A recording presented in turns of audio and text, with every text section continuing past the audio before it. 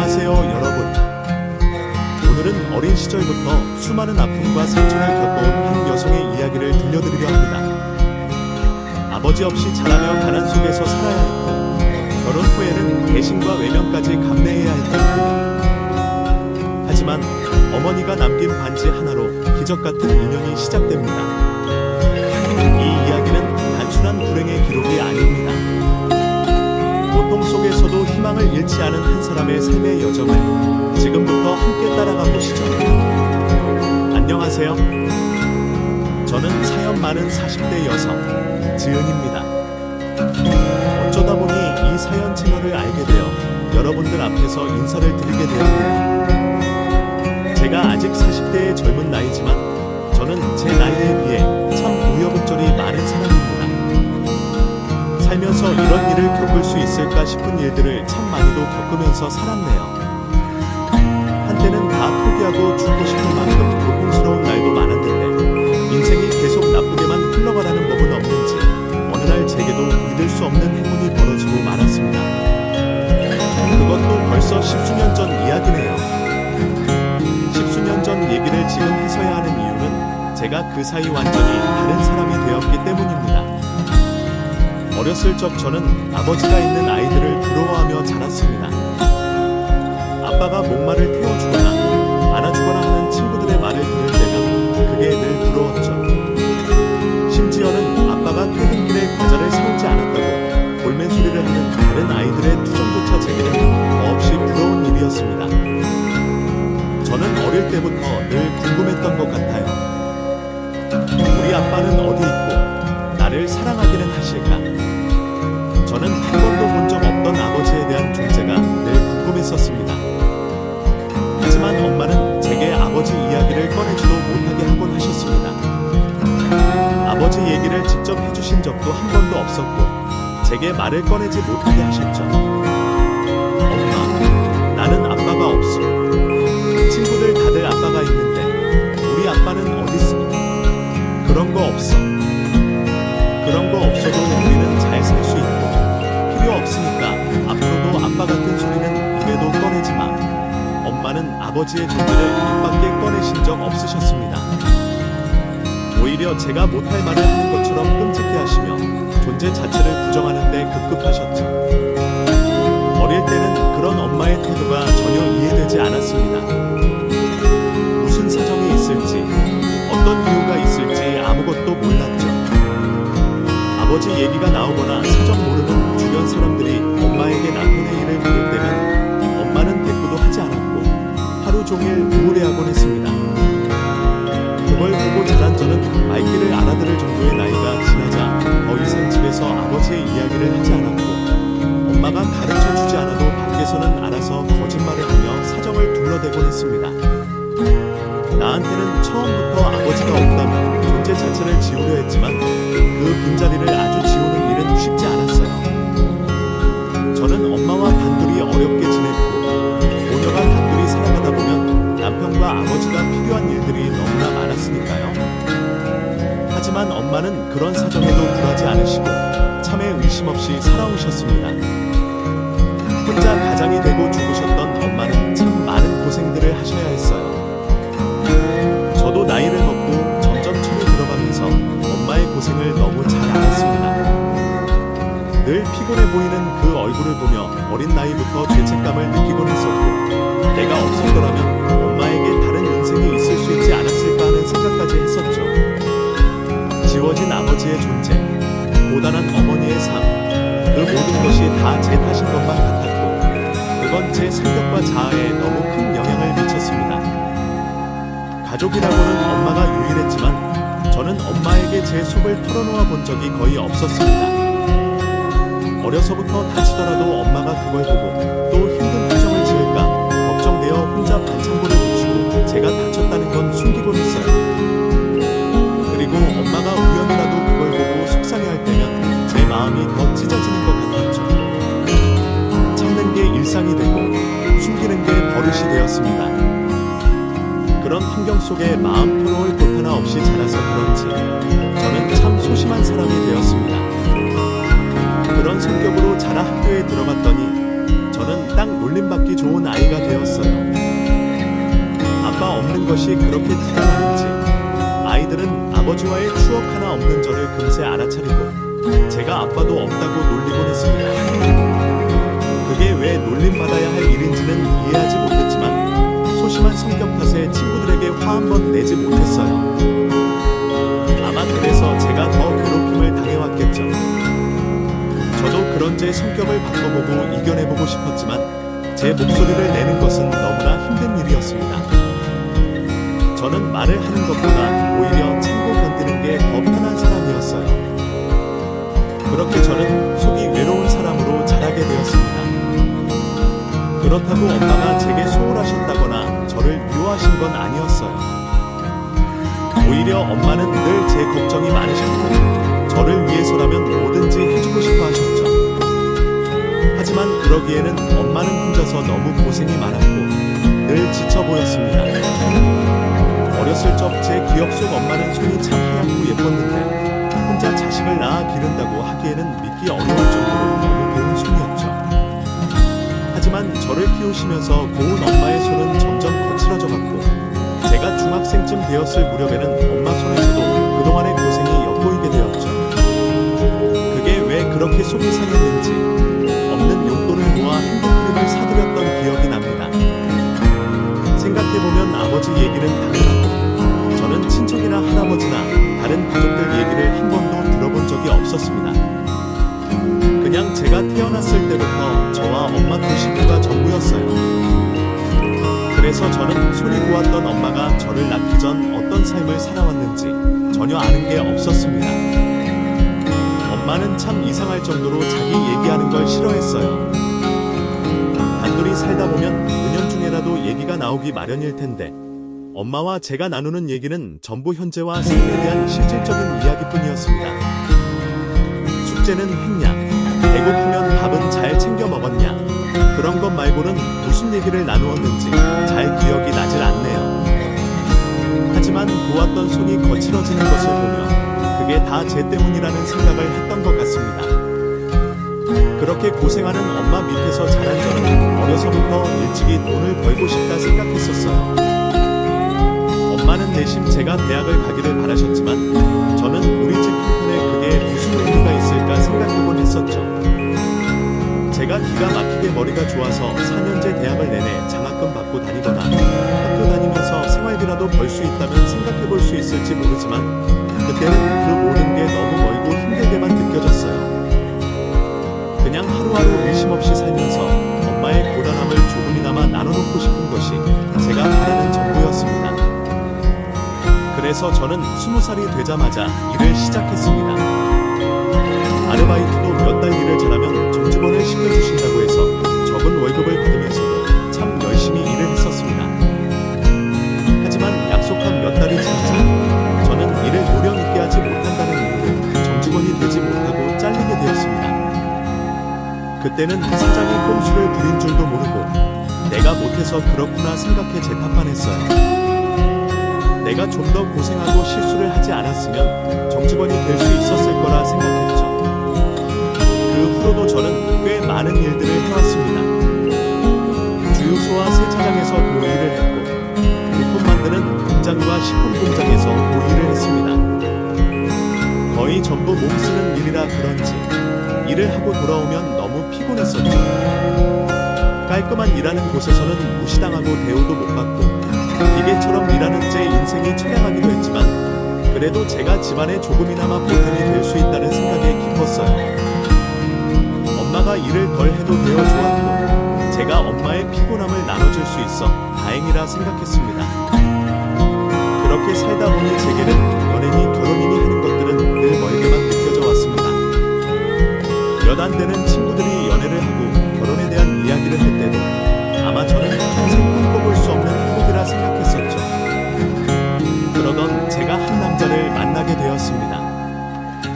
제가 일하던 곳에 새로운 젊은 관리자였던 민호 씨는 아무도 거들떠보지 않던 제게 친절했던 유일한 사람이었어요. 원래도 말과 행동이 친절해서 회사에서 임원님들이나 동료들에게 인기 많은 사람이었고 소극적인 성격의 저는 대화를 많이 해보지는 않았지만 따뜻하고 다른 밝은 사람이라 생각했어요.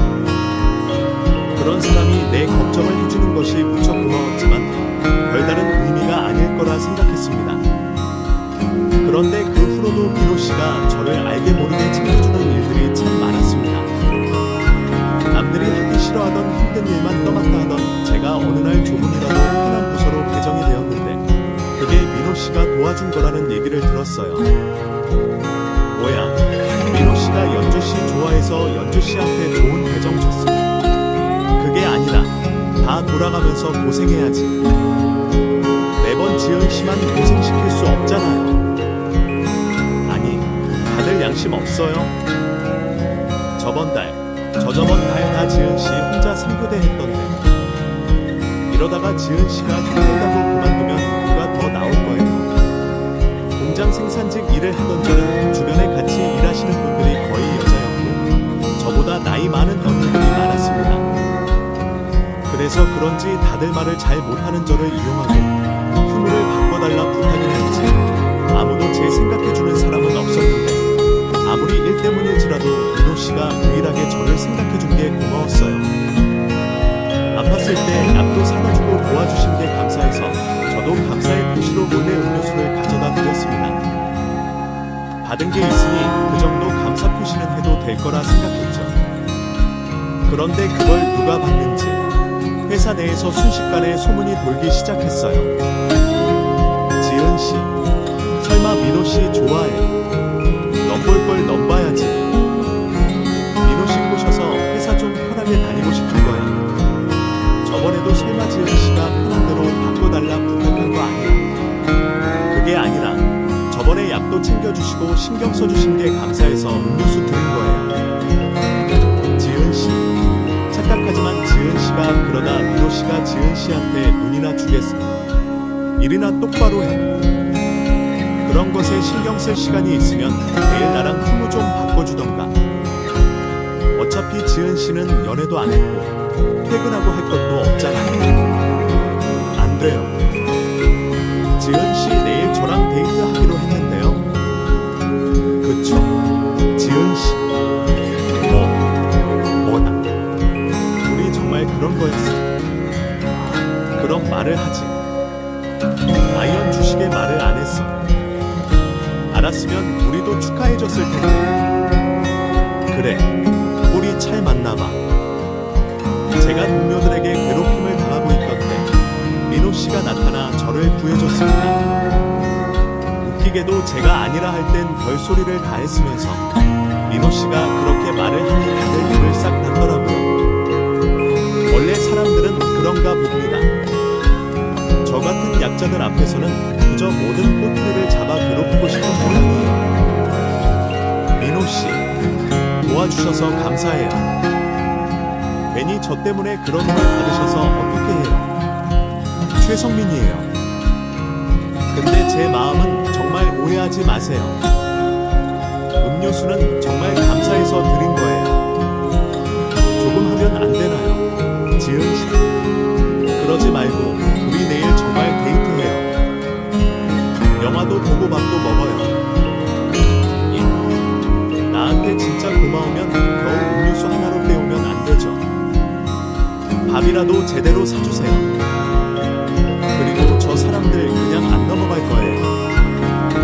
이렇게 된 거 그냥 만나는 척이라도 하고 제 뒤에 숨으세요. 저도 지은 씨가 잘 못하는 것도 없이 매번 직원들한테 욕먹는 거 보기 가슴 아파요. 결국 저는 얼떨결에 민호 씨와 데이트 아닌 데이트를 하게 되었네요. 처음에는 그 사람에게 괜히 미안해서 데이트라 생각하지 않으려고 했지만 저도 모르게 설레였던 것 같아요. 이후 저희는 정말로 연인이 되었습니다. 제가 좁하며 만나보고 싶다는 그 사람의 말이 저도 싫지 않았어요.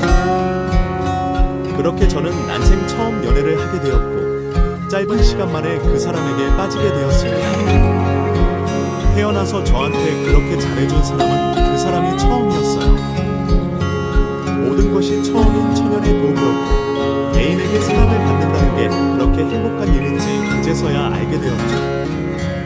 그 행복을 놓치고 싶지 않았던 저는 6개월 만에 제게 결혼하자 말하는 그 사람의 청혼을 수락하게 되었습니다. 지은아, 내가 너 정말 행복하게 해줄게. 내가 많이 모자라도 평생 사랑해줄게.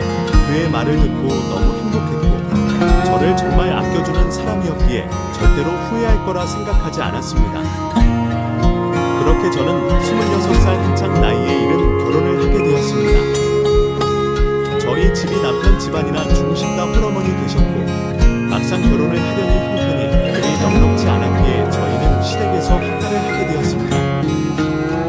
김 여사, 즉 시어머니 역시 저희 엄마처럼 혼자 고생하며 아드님을 키우셨다기에 저는 시어머니 역시 저희 엄마처럼 생각하며 잘 해드리고 싶었습니다. 그래서 같이 일하자는 시어머니 말씀을 차마 거절하지 못했죠. 시어머니는 집 근처에서 작은 피부 미용실 같은 것을 운영하고 계셨는데 마사지나 눈썹 문신 시술도 하고 화장품이나 건강식품 같은 것도 팔고 이것저것 다 아시는 분이셨어요. 그동안 혼자 꾸려오셨는데 혼자서 시술도 하고 판매도 하려니 버거우신지 저와 같이 일을 하면 좋겠다 말씀하셨죠.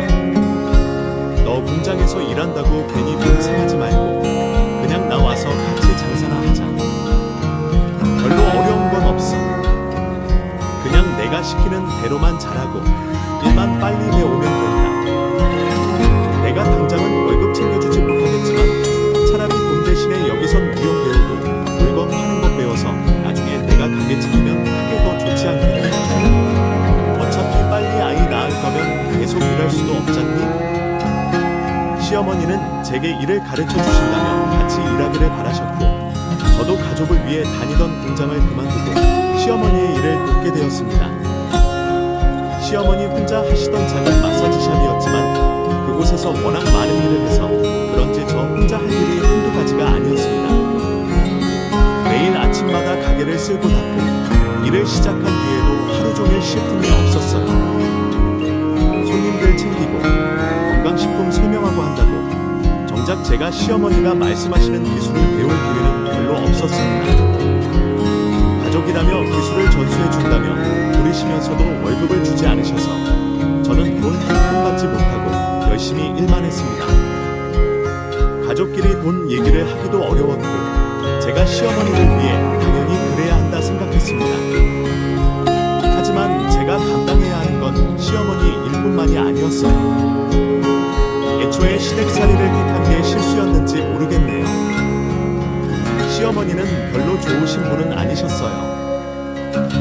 아들만 귀한 분이셨고 저는 시댁 농종처럼 생각하셨어요.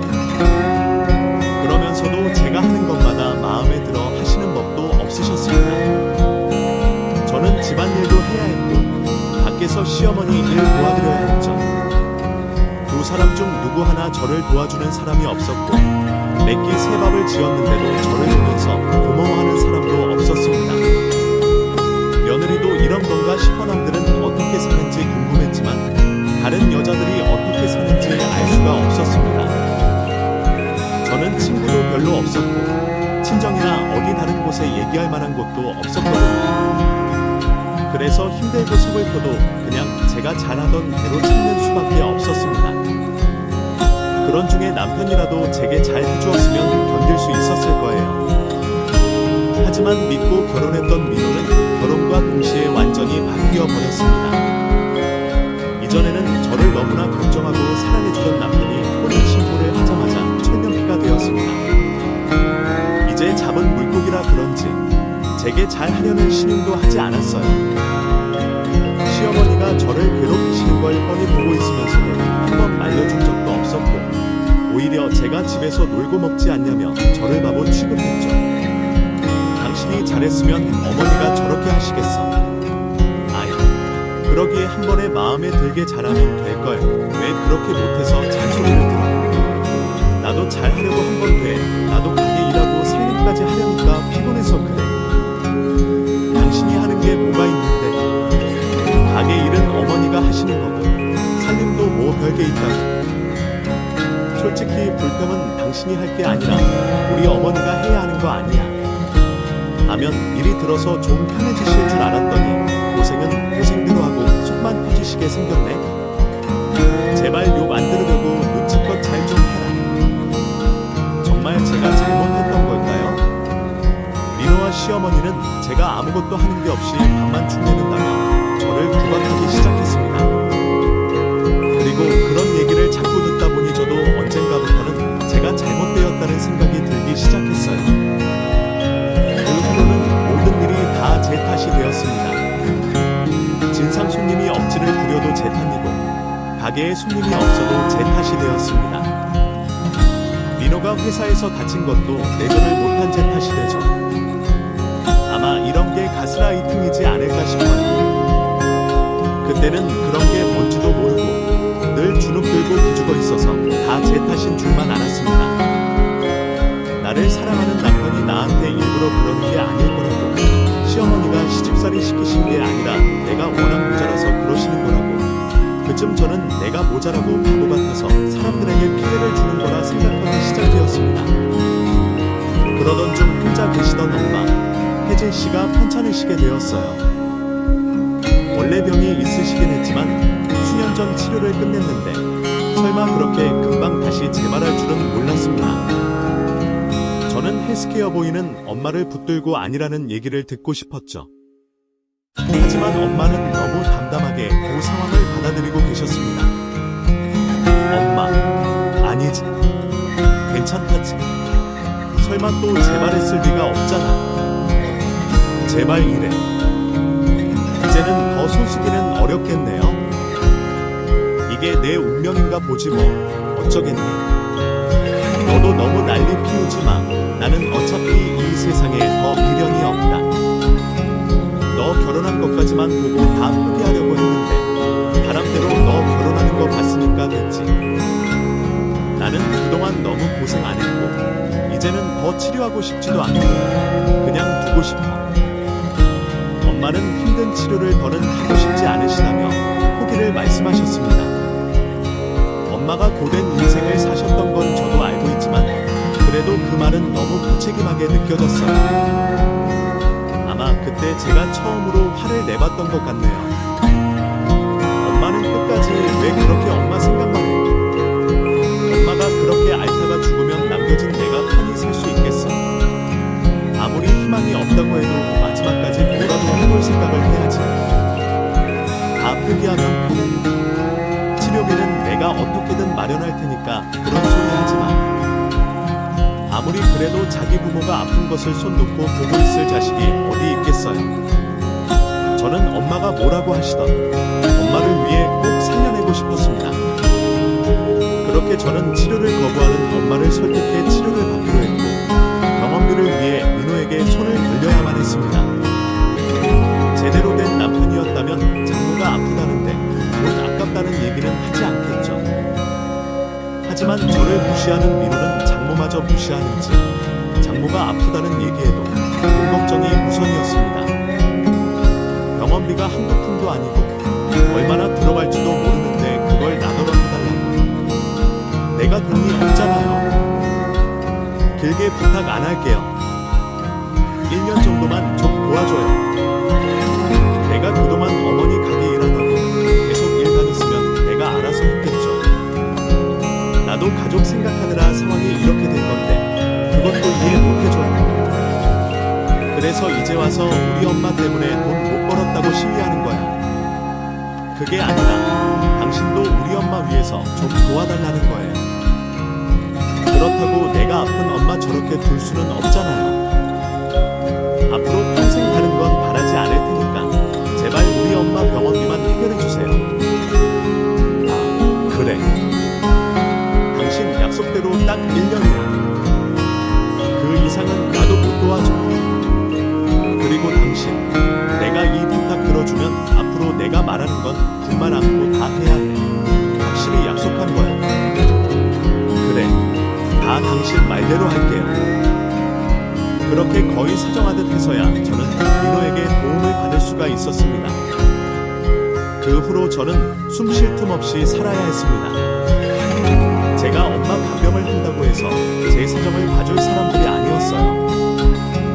엄마 간병을 하고 잠시 돌아온 집에서 밀린 청소, 빨래들을 해놔야 해요. 그렇게 저는 살림과 아픈 엄마 간병까지 24시간에 바쁘게 살아야 했습니다. 그때는 하루 3시간도 겨우 잤던 것 같아요. 그마저도 안 챙긴다고 잔소리, 김 여사와 민호의 욕을 들으면서 말이죠. 결혼 전에는 저와 우리 엄마 위해서 모든 걸 다 해줄 것 같이 말했으면서 민호는 매달 병원비로 생색을 내곤 했습니다. 자기 혼자 벌어서 엄한 곳에 갖다 버린다며 늘 저와 엄마를 무시하는 소리를 하곤 했습니다. 그 말도 어이가 없었지만 민호의 변해버린 실체를 알아버린 저는 다른 곳에는 벅한 돈도 쓰면서 사람 목숨값 아까워하는 민호가 이해되지가 않았습니다. 사실 그때 민호는 저 말고 다른 여자와 바람을 피고 있었거든요. 제가 엄마 간병하느라 바빠서 외로웠다며 말도 안 되는 변명을 했던 민호는 오히려 들킨 후로는 아주 당당하게 매도를 하고 다녔어요. 그 여자와 여행을 가고 그 여자에게 선물을 사주고 그 모든 것들을 제게 대놓고 보여주곤 했습니다. 한 번은 저한테는 한 번도 사준 적 없던 명품 가방을 사들고 와서는 그 여자 선물이라며 제게 자랑을 하더군요. 어때? 예쁘지? 여자들이 좋아하겠지. 하긴 당신이 뭐 이런 걸 알기나 하나. 당신은 구경하는 걸로도 감지덕지해라. 한 집에 살면서 남편이 바람 피고 다닌다는 것 김 여사도 뻔히 알고 계셨어요. 어쩌면 저보다 먼저 알고 계셨을지도 모르겠네요. 그런 김 여사는 당연한 듯 아들을 감싸셨습니다. 남자들은 원래 한 번씩 한눈 팔고 그런 거야. 옛날에는 척도 끼고 살았는데 지금은 법이 바뀌어서 그렇지. 어쩌면 그게 당연한 거 아니냐. 그래도 그런 건 다 한때야. 다 흥미 떨어지면 금방 헤어질 거야. 그래도 본처인 내가 내 자리 잘 지켜야지. 그러니까 괜히 저놈 날 생각하지 말고 너는 아내머리만 잘하고 있어라. 어쩜 하나같이 사람 같지 않은지 그때는 모욕적인 그 얘기들을 들으면서도 아무 말을 할 수 없었습니다. 당장 엄마의 병원비가 걱정이 되고 제일 문제보다 엄마의 건강이 우선이었죠. 그래서 저는 엄마 앞에서 그런 내색을 할 수 없었고 아픈 엄마 앞에서는 여전히 행복하고 잘 살고 있는 것처럼 연기를 해야 했습니다. 차라리 엄마 앞에서 솔직할 수 있고 내 신세 한탄이라도 할 수 있었으면 좋았을까요? 하지만 저는 엄마가 돌아가시는 그 날까지 그럴 수가 없었습니다. 결국 엄마는 치료를 시작하고 1년을 미처 채우지 못하고 돌아가셨습니다. 민호가 약속한 1년이 지나면 제가 일이라도 해서 병원비를 대려고 생각했는데 차마 그럴 겨를도 없었네요. 오직 반평생을 저 하나만 보고 외롭게 살아오셨던 엄마는 돌아가시는 그날까지 참 외롭고 쓸쓸하셨습니다. 엄마가 돌아가시던 날 제가 민호에게 연락을 취했지만 민호는 상다녀와 여행을 갔다며 제 연락을 받지 않았습니다. 결국 저는 민호도 없이 혼자 장례를 치르게 되었고 사위라는 사람은 장모 발인 날까지 연락 한 동 없었습니다. 그나마 김 여사는 오셔서 국 한 그릇을 드시고 가셨는데 그때까지도 민호 걱정뿐이었어요. 안 그래도 엄마마저 돌아가시고 처음에 고아가 되었다 싶어 가슴이 찢어지는데 참 해도 너무했습니다. 그런데도 이혼 결심을 참아서 지지 않았어요. 그땐 제가 정말 제정신이 아니었는지 그런 남편과 신호와도 곁에 있었으면 싶더라고요. 이제는 정말 엄마도 없고 아무도 없다고 생각하니 미칠 것 같은데 이혼까지 한다면 완전히 혼자가 된다는 생각에 두려웠습니다. 그래서 저는 어떻게든 껌대기 남편이라도 붙들고 싶었죠. 하지만 끝까지 열쇠를 쥐고 있는 건 그쪽이었어요. 엄마 돌아가시자마자 민호가 기다렸다는 듯이 제게 이혼을 요구했습니다. 나도 그동안 당신이랑 장모님 생각해서 참은 거야. 당신도 이제 장모님 병원비 걱정할 일도 없을 거고 우리 헤어지자. 뭐라고요? 이혼이라니. 당신 설마 나버리고 그 여자랑 살겠다는 거예요? 아, 어쩌겠어. 나 이제 당신 사랑 안 해. 당신도 껍데기 붙들고 살아봤자 뭐해. 장모님이 물려주신 거 없어. 그 유산 가지고 새 출발이라도 하던가. 나도 장모님 병원비 대준 걸로 도리는 다 한 거 아니냐. 그리고 전에 병원비 대준다고 하면 내가 하자는 대로 한다 약속했잖아. 이게 마지막 부탁이니까 더 말하지 말고 이혼하자. 민호는 너무나도 당당하게 제게 이혼을 요구했습니다. 처음에는 본처는 그래도 저라며 참고 버티라 하던 김 다니면서도 그 여자가 임신했다는 소식에 저를 바로 쫓아내셨어요. 어쩌면 처음부터 다 정해져 있던 결말이었는데 제가 그걸 믿고 싶지 않았나 봅니다. 어렵게 마음먹은 결혼이었으니 분명 행복할 거라고, 나만 잘하면 모든 것이 완벽할 거라고 저는 자꾸만 제 스스로를 속이고 많이 썼어요. 그리고 그 결과는 그렇게나 비참할 수밖에 없었습니다. 그래도 5년 넘게 같이 살았는데 시댁에서는 제게 재산분할 한 푼 해주지 않았습니다. 그동안 엄마 병원비 대준 걸로 간주덕지 하라며 맨몸으로 저를 쫓아내고 말았죠. 결국 저는 시집갈 때 들고 간 혼수 하나 챙겨 나오지 못하고 빈손으로 이혼을 당해야 했습니다.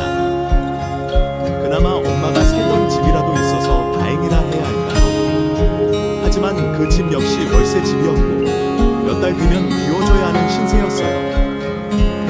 가진 것 없던 엄마가 제게 남긴 것이라고는 작은 반지 하나뿐이었습니다. 엄마는 제게 물려줄 것이 그거 하나뿐이라며 유일한 유산으로 반지를 건네주셨습니다. 저는 엄마에게 그런 반지가 있는 줄도 몰랐습니다. 괴롭히는 하나 없이 가난한 줄 알았던 엄마에게 꽤 비싸 보이는 반지가 있었다는 게 놀라웠습니다. 엄마가 그 반지를 급할 때 쓰라고 주신 건지 아니면 간직하라고 주신 건지 의도는 모르겠지만 저는 무슨 일이 있어도 그 반지를 팔지 않겠다고 다짐했습니다. 엄마가 돌아가시고 남은 것은 그 반지 하나가 유일했으니 저는 그 반지를 엄마처럼 귀하게 생각하기로 했어요. 매일 엄마를 그리워하며 그 반지를 항상 지니고 다니기로 했습니다. 결국 유산이나 재산 하나 없이 돈이 급했던 저는 급히 일을 구해야 했습니다. 그리고 한 식당에서 일을 시작하게 되었죠. 사실 그때 저는 시댁에서의 오랜 고생과 핍박으로 정신적으로 많이 나약한 상태였습니다. 그리고 엄마가 돌아가시고 민호의 외도로 이혼까지 당하면서 사실상 정상적인 생활이 거의 불가능한 수준이었을 거예요. 사리 판단도 어렵고 부당한 일에 소리를 낼 힘도 없었죠. 그래서 저는 새로 일을 시작한 식당에서 처음부터 구박을 당해야 했습니다. 사실 그게 별로 대수롭지는 않았어요. 시댁에서 맨날 듣던 것이 요기요 잔소리였기에 상대가 달라졌다는 것 말고는 제가 늘 하던 일상이었죠. 그런 것에 무뎌졌던 제가 사장의 욕지거리에도 별 반응을 하지 않아서 그랬던 건지 사장은 제게 유독 못되게 굴었습니다. 꼭 전 시어머니 타입인 것 같은 그 사장은 국내에서 유명한 구두쇠로 직원들에게 모질게 하기로 유명한 사장이었습니다. 몇 달 버틴 직원이 없던 탓에 제가 그 자리에 일을 쉽게 구할 수가 있었던 거였죠. 뿌리는 사람한테 할애하지 않고 잘 좀 해주면 장사도 더 잘 되고 직원 구하느라 애 먹을 일도 없었을 텐데 천성이 못된 건지 그 사장은 제게 참 매정했습니다. 매정하기만 하면 다행이었죠. 가끔 가다가 화가 날 때면 말릴 수도 없었고 저를 사람 취급도 하지 않았습니다. 그날도 그런 날이었어요. 재료값이 올라 아침부터 기분이 좋지 않던 사장이 하루 종일 저를 쫓아다니며 꼬치꼬치 트집을 걸고 있었습니다. 그날따라 손님도 없고 제가 몸이 아파 실수를 해서 딱 잡히기 좋은 날이었을 겁니다. 저는 몸이 아파 식은땀을 뻘뻘 흘리면서도 사장에게 욕을 듣지 않기 위해 열심히 일을 했습니다. 하지만 사장은 그런 제 사정을 봐주지 않았죠. 그때 테이블에는 딱 손님이 한 분 계셨고 저는 혼자 음식 서빙에 저녁 재료 준비까지 하느라 정신이 없었습니다. 기분이 나빠서 저녁 장사할 생각이 없는지 사장이 TV를 보고 앉아 있었거든요. 여기 물 좀 가져다 주세요. 네, 잠깐만요. 채소를 다듬던 저는 손에 급기 쉽고 손님에게 물병을 가져다 드렸습니다. 그런데 안차하는 사이에 사고가 벌어졌어요. 제가 물기 있던 손으로 물병을 들고 가다가 그만 떨어뜨려 넘어지면서 옆에 있던 화분을 쓰러뜨리고 말았습니다. 그 화분은 사장이 아끼던 비싼 난이었는데 순간 저는 온몸이 굳는 것 같았습니다. 10원짜리 실수만 해도 불같이 화를 내는 사장이 제가 비싼 난을 깨뜨렸으니 화가 잔뜩 나실 게 분명했습니다. 아니나 다를까 손님이 와도 엉덩이 붙여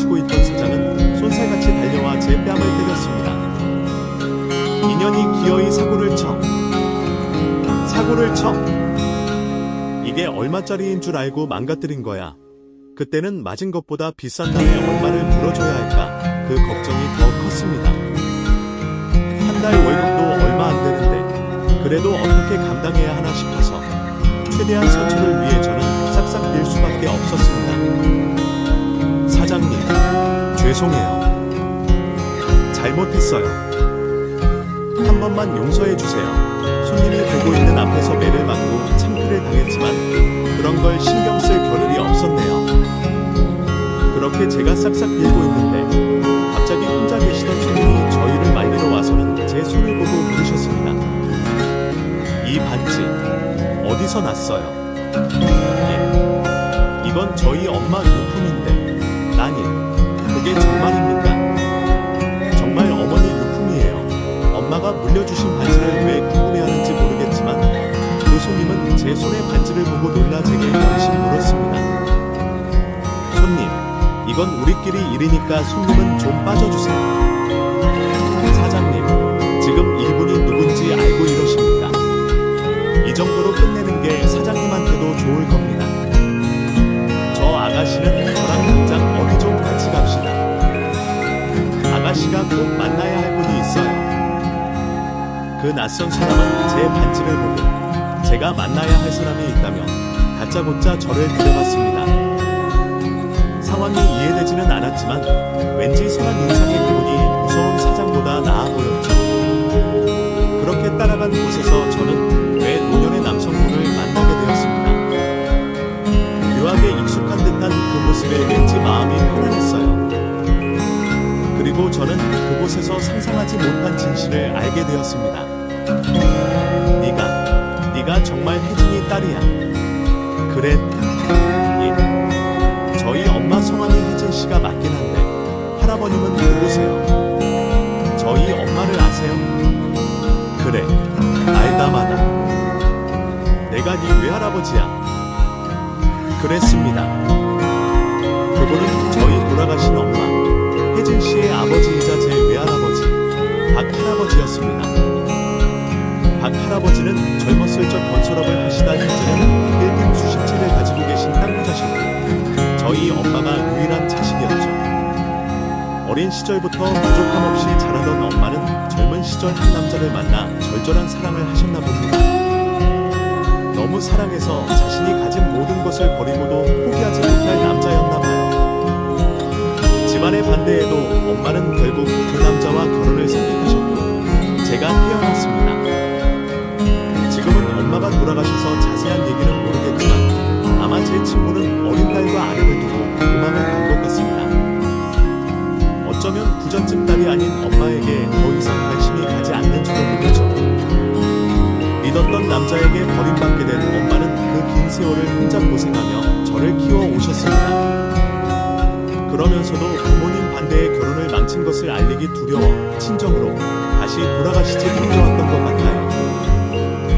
그제라도 친정으로 돌아가 도움을 구하면 되지 않았을까 싶지만 고집센 엄마의 성격을 떠올리면 이해가 되기도 했습니다. 그리고 제가 결혼해서 잘 사는 줄 알았던 엄마는 끝까지 제게 외갓집에 대해 말씀하지 않으셨나 봐요.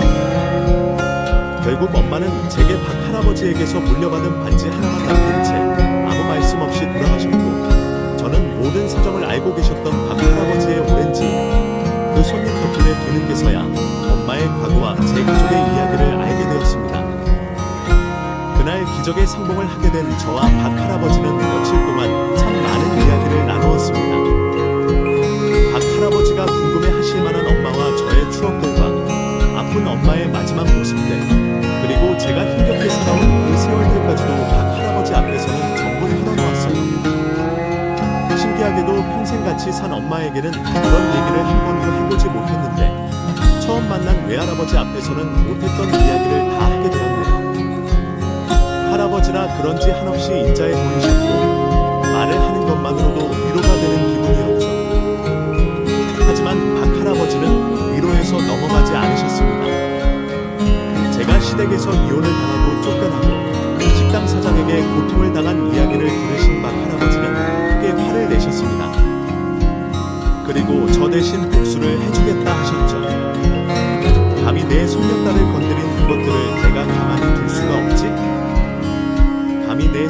때려. 그 식당 건물도 우리 건물이니까 당장 쫓아내주마. 아마 앞으로 네가 그 남자 볼 일은 평생 없을 거다.